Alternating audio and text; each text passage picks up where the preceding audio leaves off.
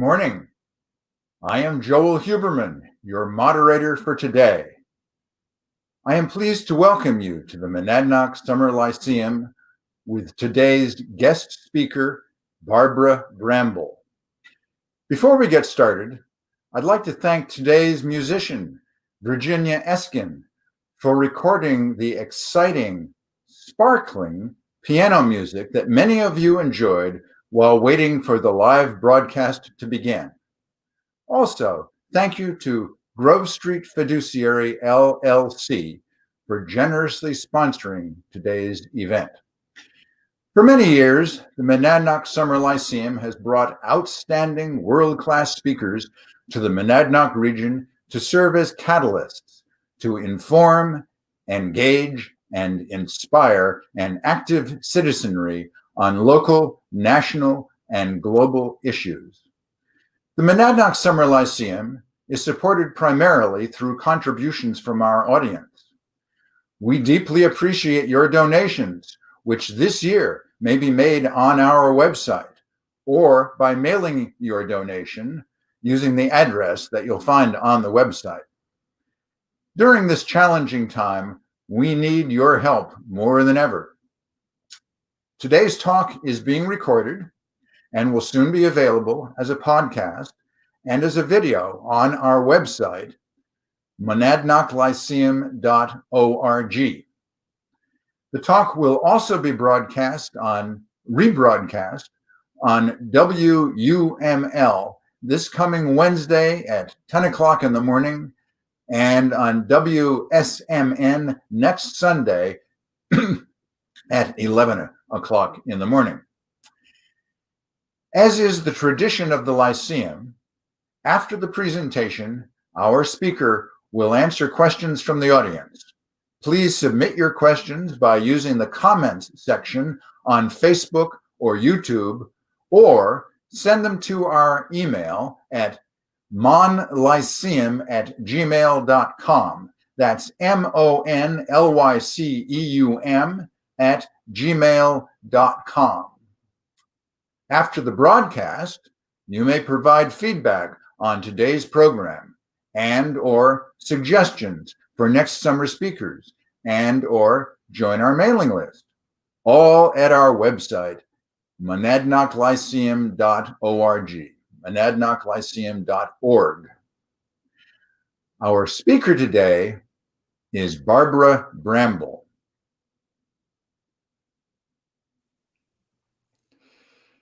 It is a pleasure for me to meet Barbara online today because I've heard so much about her as one of the world's most important environmentalists. Barbara is going to talk to us today about forest fires. She will talk not only about the terrible consequences of forest fires, she'll also explain the conditions that are driving the increase of these fires in different regions around the world. And she will describe some effective strategies for reducing and eliminating all forms of human-caused forest destruction. Barbara is one of the best qualified people in the world to speak on these subjects, based on the experience she has gained during her more than 3 decades at the National Wildlife Federation, where she currently serves as Vice President for International Conservation and Corporate Strategies. She also serves as chair of the board of the Forest Stewardship Council. That's the organization that certifies that wood and paper products come from sustainably managed forests.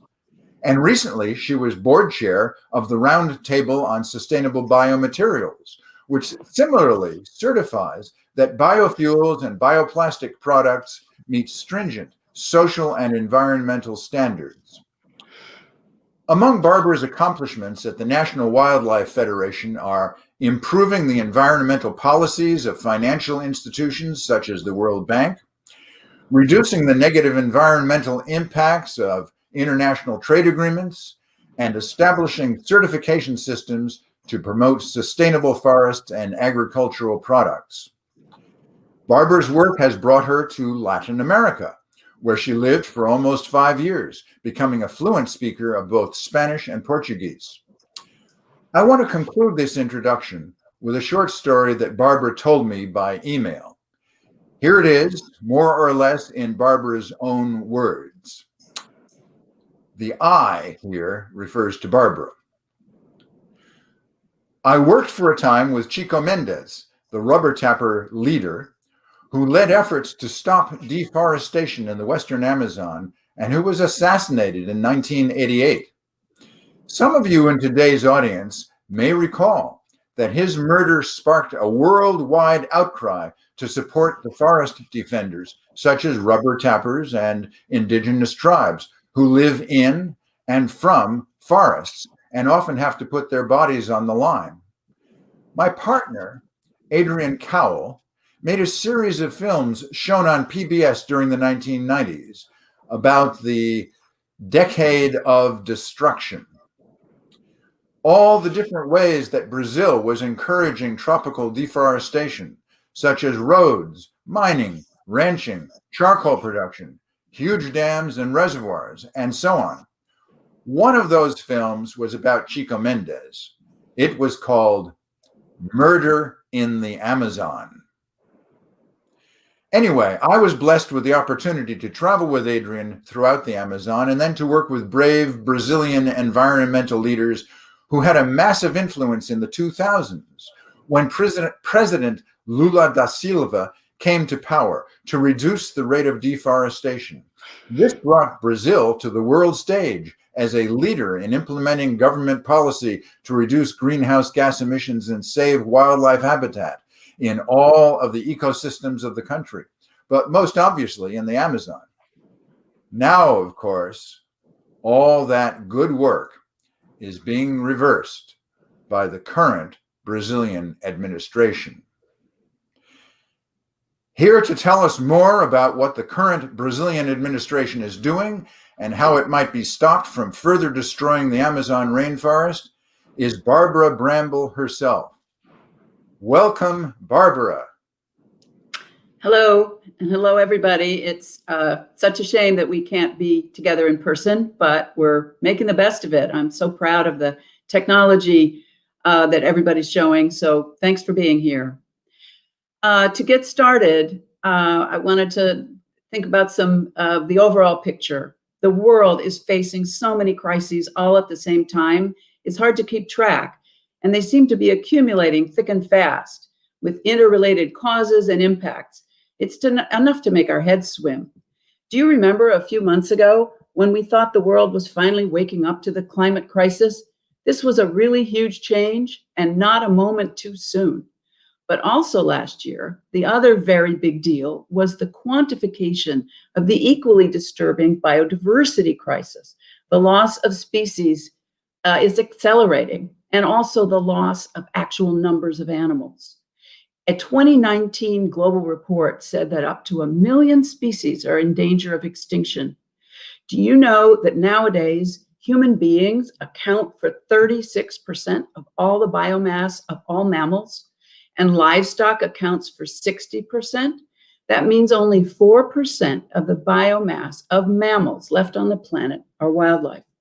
And about 3 billion less birds are alive at any time in North America than a few decades ago. That's a loss of 25% of our birds. So climate and biodiversity were the big stories in my world just a few months ago. And now we have the tragedy of the COVID-19 pandemic, and then the economic crisis that has resulted. And then we're finally waking up to the continued injustice faced by minorities in this country and elsewhere, which the pandemic death rates and the job losses have laid bare. This is specifically manifested in environmental injustice, where urban minority communities are still in the path of the most polluted air and suffer from the heat islands that resulted from old redlining rules, which still mean having fewer parks in Black and brown neighborhoods and less street trees and more crowded living conditions and lousier healthcare, thus more illness and death from COVID-19. This talk was planned back when it seemed like fire in the Amazon was the top crisis. Now it's one of many. I hope you're able to concentrate for just a little while on this one aspect of the multi-crisis world we're living in today. You can go back to the others in an hour. So turning to the wildfires, this is woods and grasslands in relatively empty spaces burning all around the world. But the rising scale of the fires is impacting people in many ways, sometimes threatening homes and killing scores of people. Also, the fires are producing smoke and haze and soot, causing breathing difficulties for millions over hundreds of square miles. This is a long existing problem, but with a new urgency affecting people who are already at risk for COVID-19 and reduced lung function. NASA registers over 1 million large fires per year. That's also been a long pattern, but the size and the intensity are now noticeably larger every year, burning more biomass than in the past, contributing a significant 7 to 10% of greenhouse gas emissions, depending on the year, and thus adding to the pace of climate change, which in turn causes the higher temperatures and the extreme heat and drought, which result in low humidity in the air and in the soil, thus more fires. So many areas of the world are now tinderboxes, just waiting for the slightest spark. So the topic of fires links up all the crises: climate change, biodiversity loss, COVID pandemic, environmental injustice, and probably also the economic crisis, since a renewed, desperate push into wildlands for development is a likely result of economic downturn. I'm going to talk about a few different locations and types of fires with two broadly different categories. Fires that are more or less a result of accident or nature with some human indirect causes, and another set that are put on purpose by people. First, to make clear, fires are a natural phenomenon. They've been part of the landscape in most of the world, literally for ages.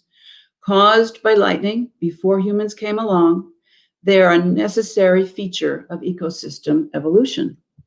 Many ecosystems, such as forests and savannas, have been for eons and millennia totally reliant on a cycle of fires every so often for seeds to germinate, plant mixtures to renew, such as the ponderosa pines of the US Northwest and the prairies of the upper Midwest, and the llanos in Venezuela and the grasslands of Kenya and Tanzania. More recently, scientists now think that early human cultures, including indigenous peoples in this hemisphere, managed their lands with fire for hunting and farming.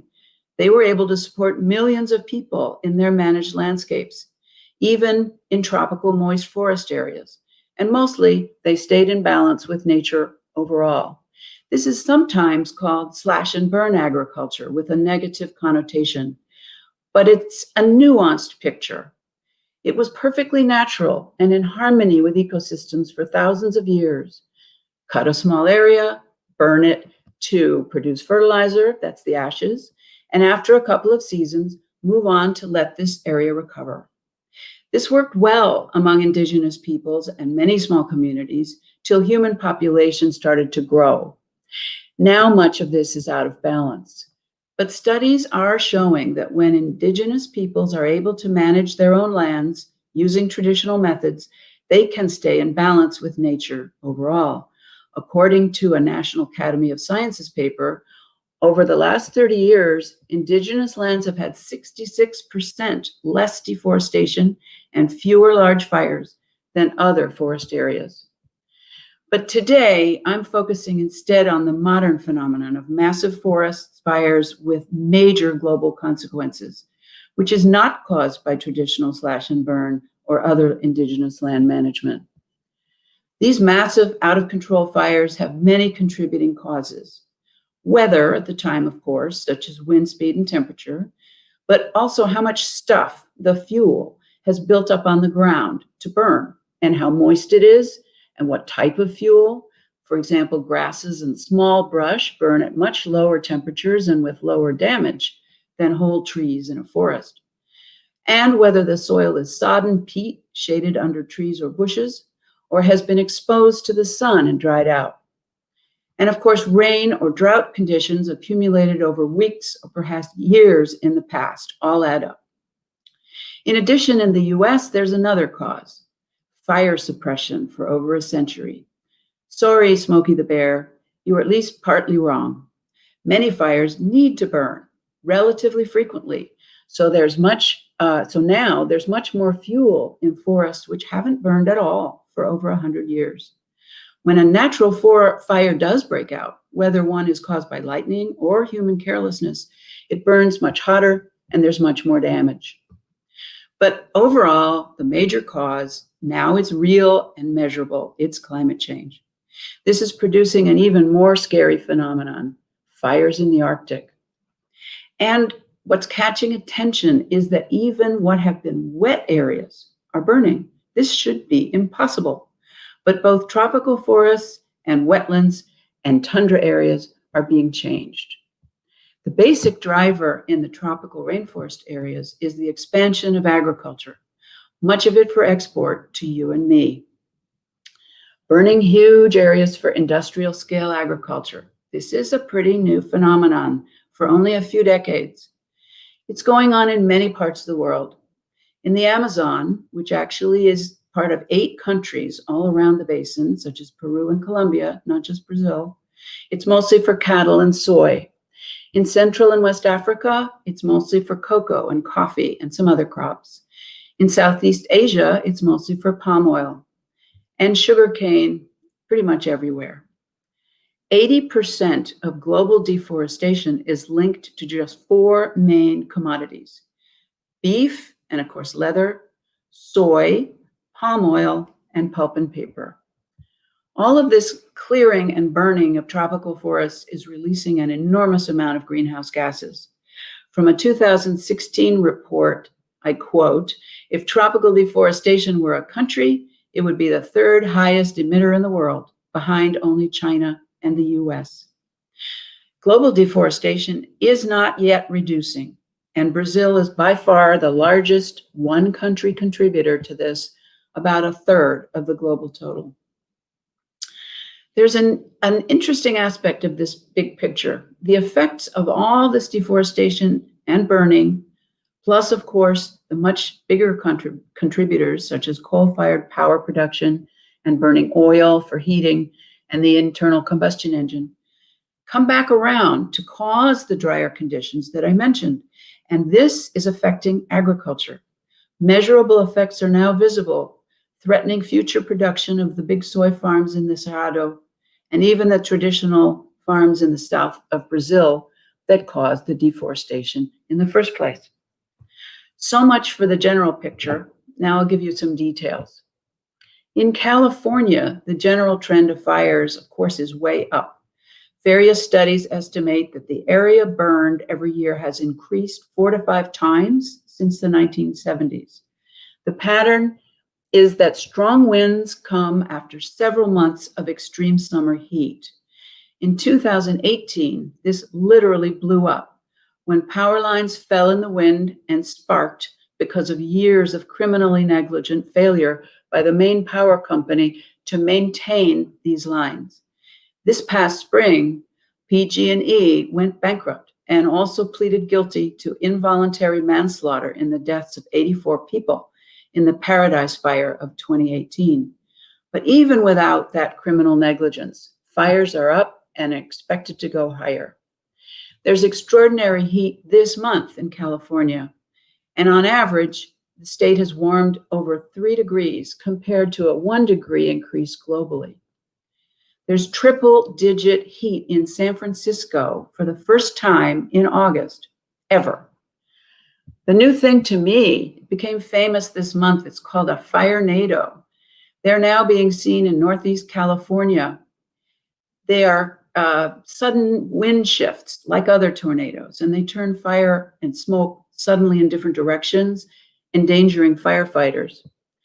The number of acres burned is already higher this year in California than the yearly average for the last decade. And this is only August. As of July 9th, the total was almost 3 million acres compared to less than 2.5 annually over the last 20 years. Now, higher temperatures usually come in September and October, but now they've been recorded in July and August. Another factor is home air conditioning demand is straining the grid. So they're having rolling blackouts for the first time in a decade. People are avoiding malls, understandably, because of COVID. So they're not getting cool air and they're running their own air conditioning at home more than usual. That's what's leading to the power system overloading. But during blackouts, they won't have power at all in 100-degree heat. Add this to the smoke and the haze and the soot across the state. This is serious for health conditions that exacerbate COVID-19 suffering. Turning to Australia, the fires in 2019 and 2020 were unprecedented. New South Wales burned almost 4 million acres. That's more than the state's total in the previous 3 years. Many, if not most of the fires were set by humans, but how and where they burned is all about the drought and the recent changes in wind and sea currents, and this is about climate change. In that part of the world, there is the Indian Ocean dipole. It's another thing like the El Nino, and the combination of the two meant last year was the hottest and driest in 120 years of records. Australia is mostly dry forests and scrubby woodlands, which have evolved with fire, but they're burning hotter and more often. So there's worry that these ecosystems are not prepared for this extreme number of repeated fires. Some types of trees can resprout quickly after a drought, but young saplings won't be mature for many years to produce seeds for the new offspring or fruit for animals which feed on them. And if another fire comes before this process is well along, then it's set back again, threatening survival for a whole web of species. New South Wales and Queensland, these are tropical forest areas. They're moist forests, and they're supposedly protected in World Heritage sites, but they also burned. Some areas lost 50% of the trees. In this case, these are not ecosystems that are adapted to fire. So scientists are expecting that these drier and hotter conditions will lead the tropical moist forest to turn slowly to dry forest and scrubland. Now in the Arctic, the huge areas burning this year and last in Canada, Alaska, Scandinavia, and Russia, these areas are not very populated, so mostly the fires are not directly caused by humans.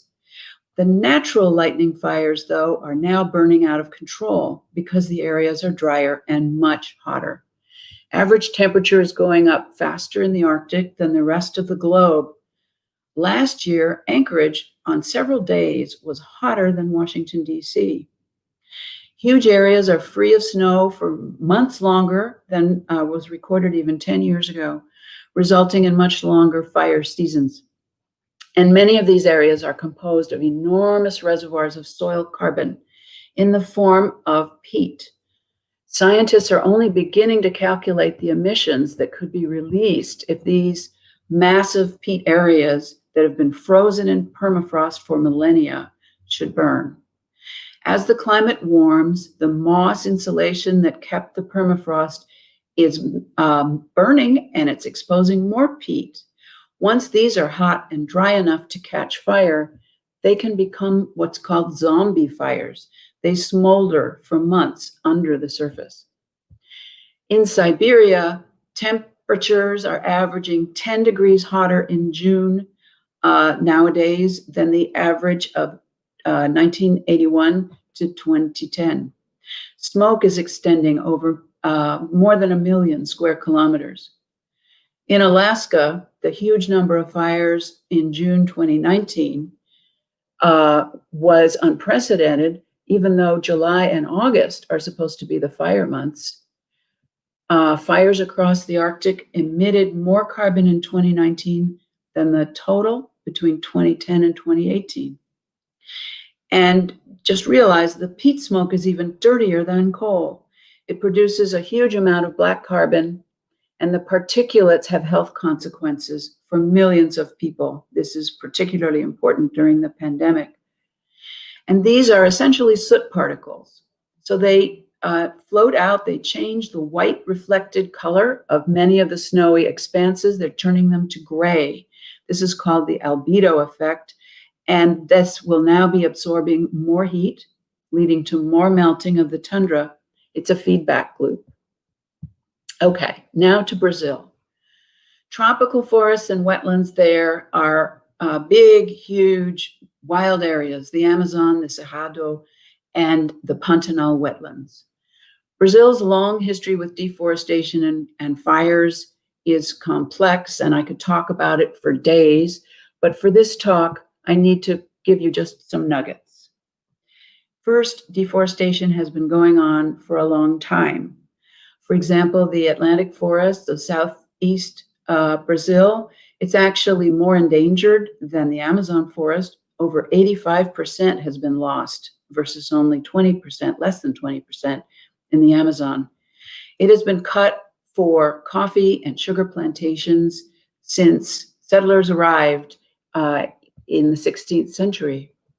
But we don't have time to dwell on this region because the remnants of the Atlantic forest are being pretty well cared for, and fires are not out of control at this time.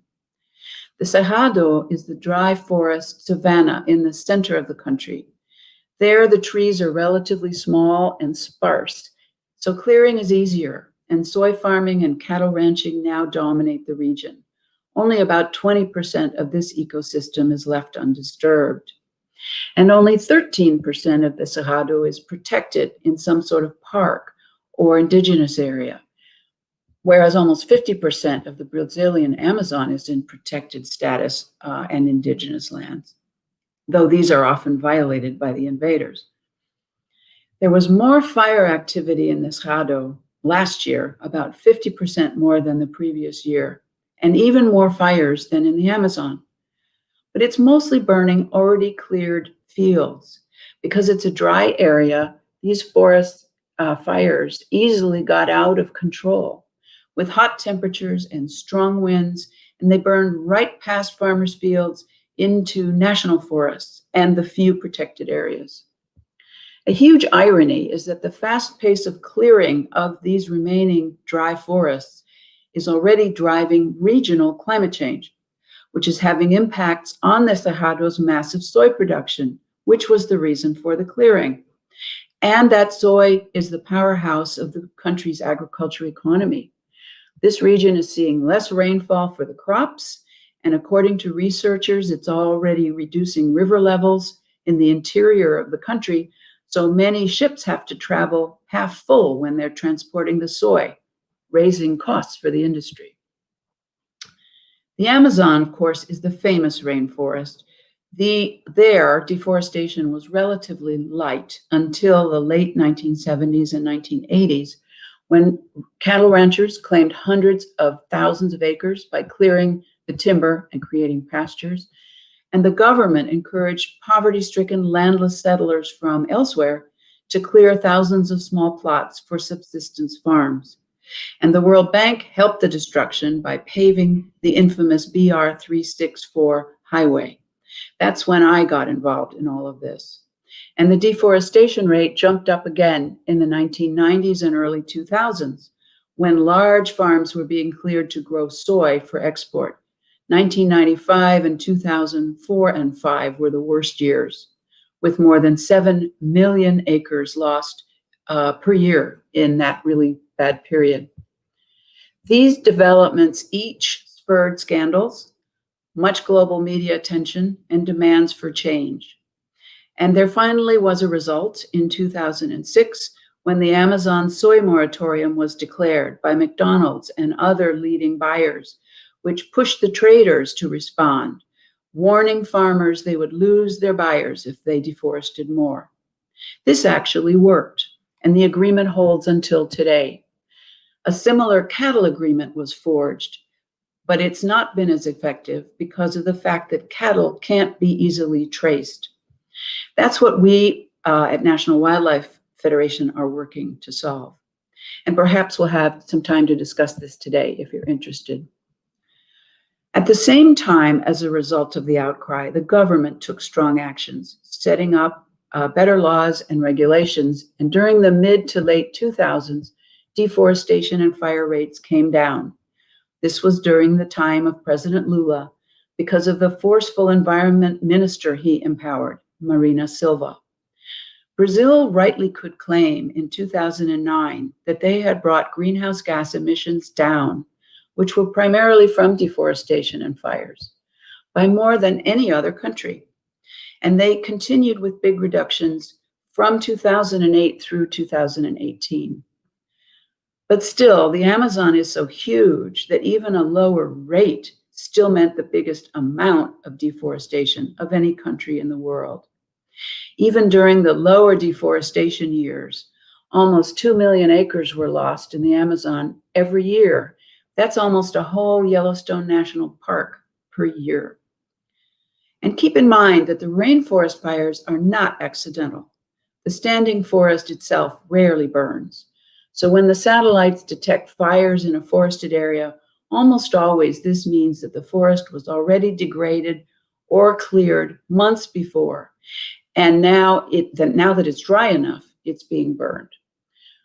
Or at least this was true until recently, but with climate change, the dry seasons are hotter and longer, even in rainforest areas, and the forest edges are now at risk to burn even before they're cut down when a big agricultural fire gets out of control. This will be another feedback loop, as more burning at the edges means more areas and edges exposed to drying for burning the next time. And in addition, forests are drying out more from strong El Nino events.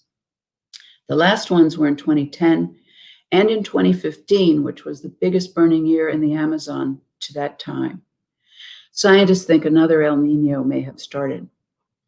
Now, just a bit about Brazil's Bolsonaro administration. He came in last year and immediately gutted their forest policy, especially by weakening and slashing budgets for the forest protection and law enforcement agencies. Now the objective seems to be to develop these areas like back in the 1980s and 90s. It looks like progress of more than 20 years is being erased. He's also letting gold miners, loggers, and land grabbers know that it's okay to invade parks and protected areas and the lands of indigenous peoples with no consequences. Understandably, the deforestation rates are up again. And sadly, some of the fire hotspots are inside these protected areas, meaning that they were invaded and cut over the last year or so. In 2019, the number of fires jumped up significantly from 2018, although the total was not in the end much different from the average of the earlier decades. But when the fire numbers started to be reported last summer, there was a huge outcry in Brazil as well as internationally. And after stonewalling the media attention and accusing environmental groups of starting the fires to show him up, Bolsonaro finally called out the army. But they didn't deal with the deforestation because the cutting had already happened. Bolsonaro also imposed a ban on fires, which of course was only partially effective, but most invaders of the forest know it's pretty much for show. That was for 2 months last year. Now in 2020, there's a new 4-month moratorium on burning. So the number of fires in the Amazon so far is actually down a bit from last year. But reports are that the deforestation itself is not down. So we can expect more fires in the future. And there's a whole new area of concern. It's called the Pontanal Wetlands. This is south of the Amazon in the center-west of the country. It's the biggest natural wetland in the world by far. It contains large expanses of moist grasses and shrubs. And in the dry season, it can burn naturally. But now the dry season is hotter and longer. The rains this year were at the lowest level in 47 years. So people are entering the area to settle and drain land for cattle production and agriculture, and they're setting fires on purpose to clear it. And many of these get out of control. The number of fires this year is double that of last year in just this first 6 months. These fires are especially hard to control because the area is tough to get into, and the fires are again burning this highly combustible peat, which is under the marshland. Now, I guess we have a minute to describe the situation in Indonesia. That's again different from the other areas that I've described. Here, the deforestation has been mostly for logging and clearing for palm oil plantations, and it has been drastic, almost tripling the annual loss from 2000 to 2016. You've probably all heard about palm oil expansion threatening the habitat of the endangered orangutans. But you may not know that palm oil is a really useful ingredient, and it's found in about half of all the products on your grocery store shelves. Even though the area extent of the forest destruction in Indonesia is way less than that in Brazil or West Africa, the carbon emissions are extraordinary. They're estimated at twice the amount per acre in other tropical forests, upland forests. This is because much of the area that was cleared is peat forest wetlands, that is, trees that are shading deep peat deposits. And once they're exposed and dried out, as I've said, they can be set afire just by lightning, and then the peat, like in the tundra or in the Pontanal, can become a zombie fire, which will burn for months or years. At the peak in 2015, more than 4% of total global greenhouse gases came just from the fires burning Indonesia's peat forests. The smoke contains dangerous particles that are perfect size to enter human lungs. In 2015, there were so many fires that the smoke covered several countries, causing protests from Malaysia and Singapore, where upwards of 1 million people suffered acute respiratory illness, and it was calculated that there were over 100,000 excess deaths in the three countries. And that wasn't even in a pandemic. Our work in Indonesia with local partners is dedicated to fomenting enough hue and cry to convince consumer-facing companies who buy palm oil to take steps to stop the deforestation by their suppliers, or else to face vilification and a threat of boycotts. Since 2015, some steps have been taken. The palm oil supply chain companies did respond to the call. They say they only buy now sustainable palm oil. And the private sector standards for this, certification by the Roundtable for Sustainable Palm Oil, RSPO, have been strengthened. And the government has set new rules, such as a moratorium on clearing for new palm oil plantations, and they've made a start to restore some of the peat areas by reflooding them. So in 2017 to 2019, the destruction of the primary forest was cut in half. Unfortunately, with the hotter and drier conditions in 2019 and again this year, the peat fires are out of control and emissions are way up again. Now, briefly to NWF's work, our international program engages in what we call supply chain advocacy. We ask that all the buyers of ag commodities associated with deforestation, this is soy, meat and leather, palm oil, cocoa and coffee, etc., ensure that they are not buying products from recently deforested land. That means that the global brands, the supermarket chains, the food manufacturers, and the big traders like Cargill and ADM need to know what they're buying and from where. We believe this can complement governmental laws and regulations, and in some cases, it's more effective. It's important to note that we don't just complain, we actually help the companies in their implementation. So we ask suppliers to guarantee that their suppliers do not come from recently deforested land. This is called traceability. And in the modern world, we think this is basic responsible purchasing. If companies fail to provide good information, then that leads to what we call reputational risk. And many leading companies are responding. Also, now many financial institutions, such as the banks and investors who provide the business capital, are starting to ask the same questions. It's a risk to them too. And this message is getting back to the producers. So the job now is to show companies how they can actually trace their products and convince the producers that they can no longer hide their deforestation. It can be seen from the sky through satellite monitoring. We have achieved some significant commitments from scores of major global brands to save the Cerrado, not just the Amazon, and Indonesia to buy RSPO certified palm oil. This is promising, but the fact is that companies can't act alone. And it remains to be seen if private sector zero deforestation purchasing policies like these can hold firm in the face of a government like Brazil's Bolsonaro when they seek to return to the bad old days. We believe that our approach has merit, and even more so in the post-COVID world, which may be emerging. We're hearing from many companies who seek a way to distinguish themselves in the marketplace that they see coming when consumers finally take climate change seriously. And the key to that is traceability of commodities. You all can help by joining our consumer campaign to tell brands and supermarkets that you buy from that this matters to you. To finish, I want to make sure everyone knows that while the supply chain advocacy approach that we're taking, this is a promising approach for stopping destruction of tropical forests, but it can only have an impact on the purposely set fires. But what about the accidental woodland fires and the dry forest and savanna fires and the Arctic tundra fires? These are not caused by purposeful clearing of rainforests. They're a result of climate crisis itself. The only hope of a solution is for us to slow and eventually reverse climate change.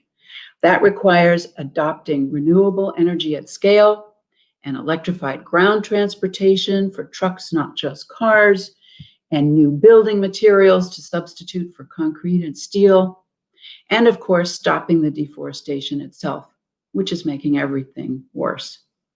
So thank you. I hope you have enjoyed this or suffered a little bit and learned a little bit. And I hope now we can discuss with some questions. Take care. Thank you, Barbara, for your exciting presentation about the world on fire from the Amazon to Australia.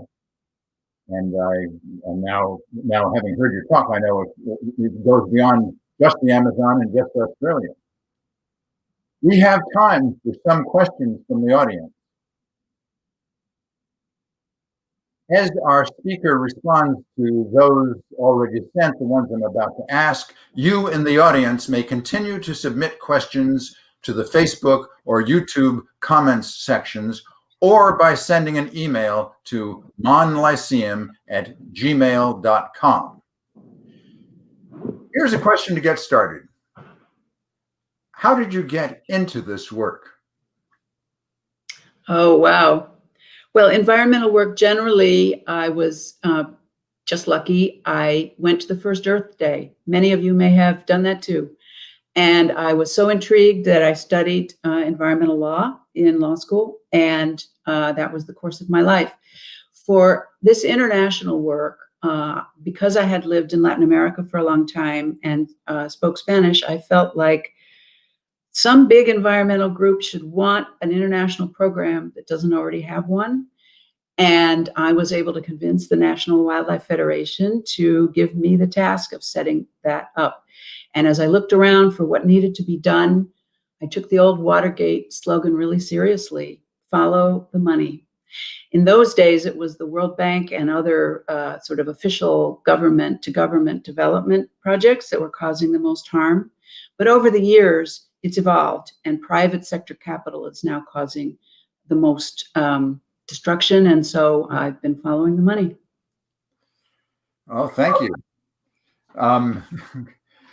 I think that the path of following the money has already proven through your actions to be a fruitful path. But here's another question.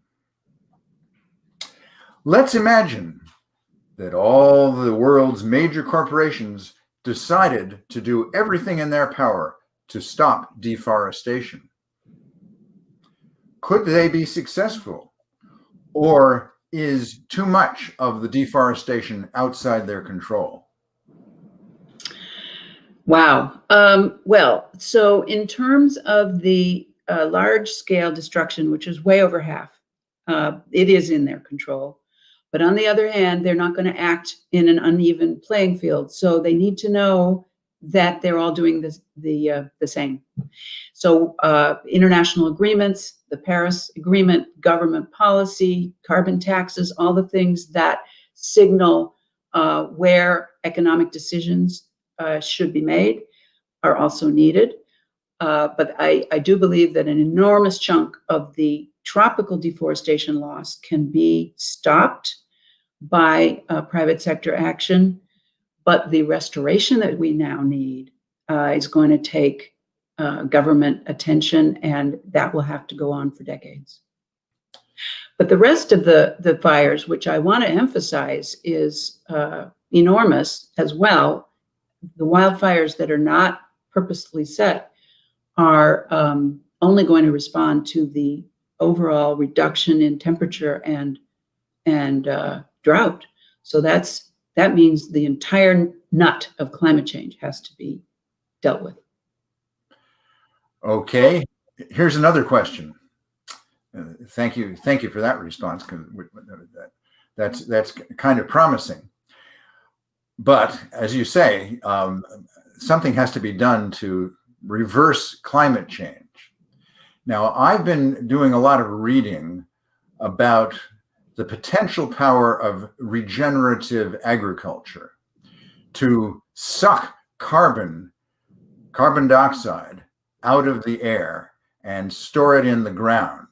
I've seen claims that the process of regenerative agriculture could actually draw down out of the atmosphere all of the excess carbon dioxide that we human beings have put into the atmosphere. Growing trees would be a part of that process of regenerative agriculture. Now, I wonder if you could comment on your take on the ability of reforestation, or not only reforestation, but extending forests into new areas that have not previously seen forests, to contribute to drawing carbon dioxide out of the atmosphere.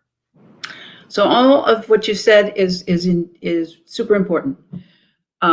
Agriculture covers much more territory than forests do. So if soil carbon was maximized, and that's what regenerative agriculture would do, much more area of the earth would be acting as a carbon sink instead of a carbon source, which it is now.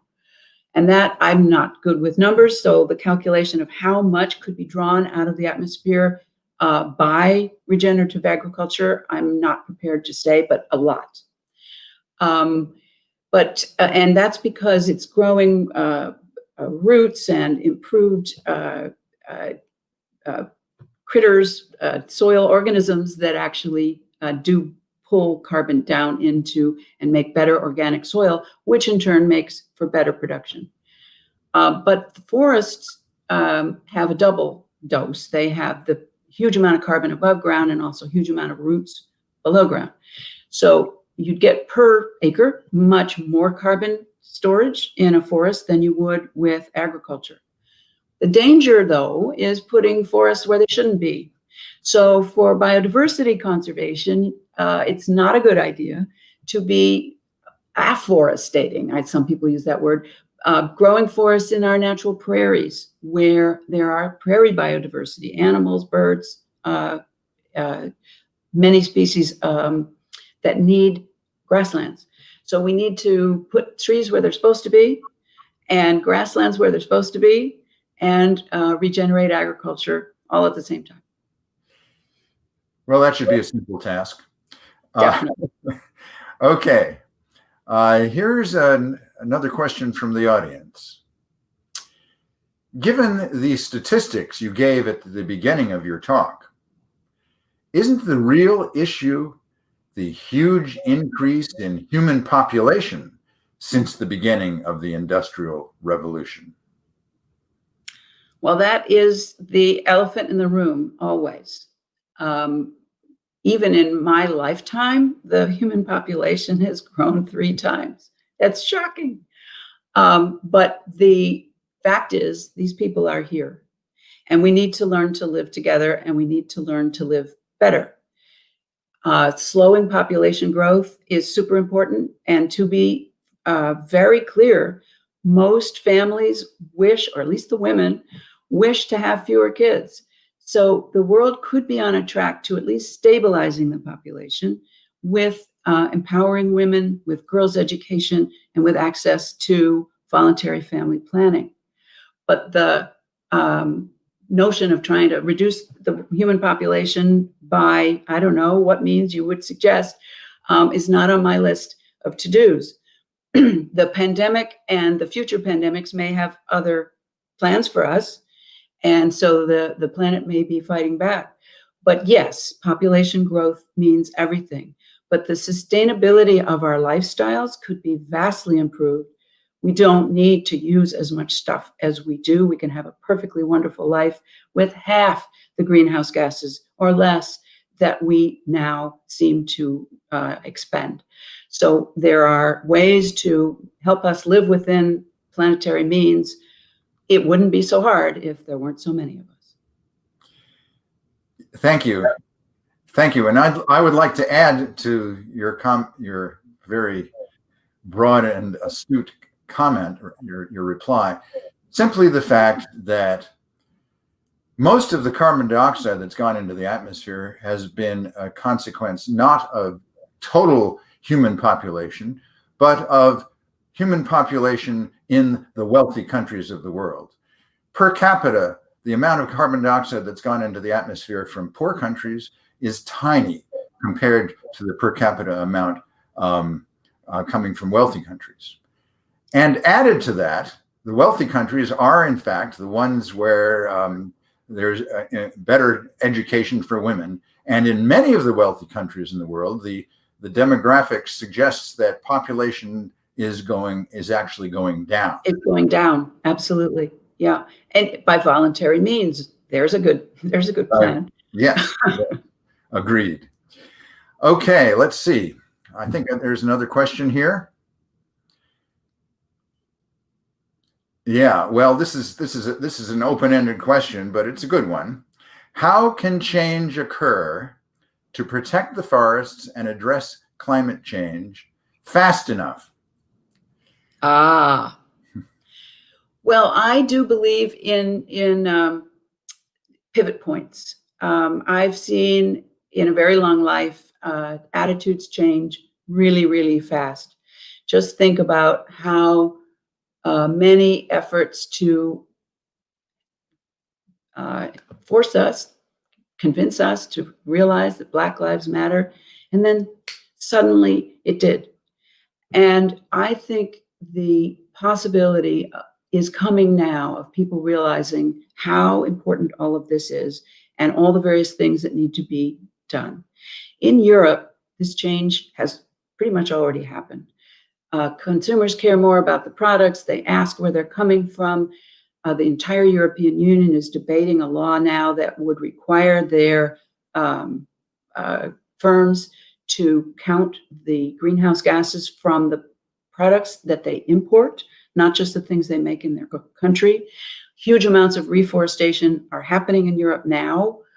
I've seen some really good restoration projects, even in primary forest areas in Brazil. Of course, it's not going to be a primary forest for 100 or 200 years, but it can be a functioning forest, a carbon, a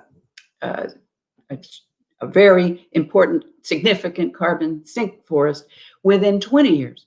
So I think it can happen fast enough once people really realize what they can do and realize the possibilities for themselves, the jobs, the better lifestyle, the cleaner air, the way their kid could be out planting trees instead of looking at a screen. There's so many positive ways to contribute instead of thinking of this as sort of shivering in the dark.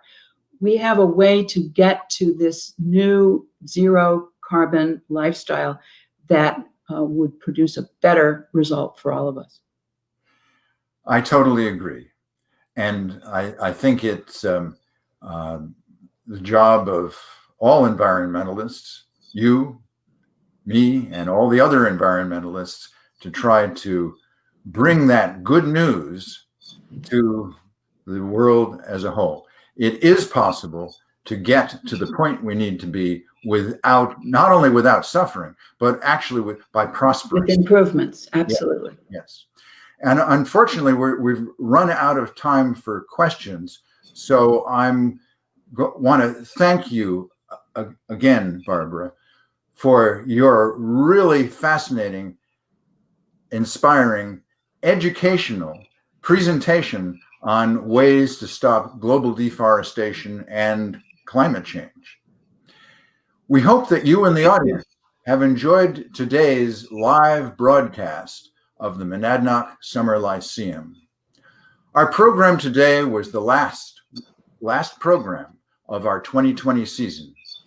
If you missed any of our previous exciting 2020 programs, you can view any one of them that you wish by going to our website, monadnocklyceum.org, then scrolling down to the list of 2020 speakers, then clicking on the video link under the speaker of your choice.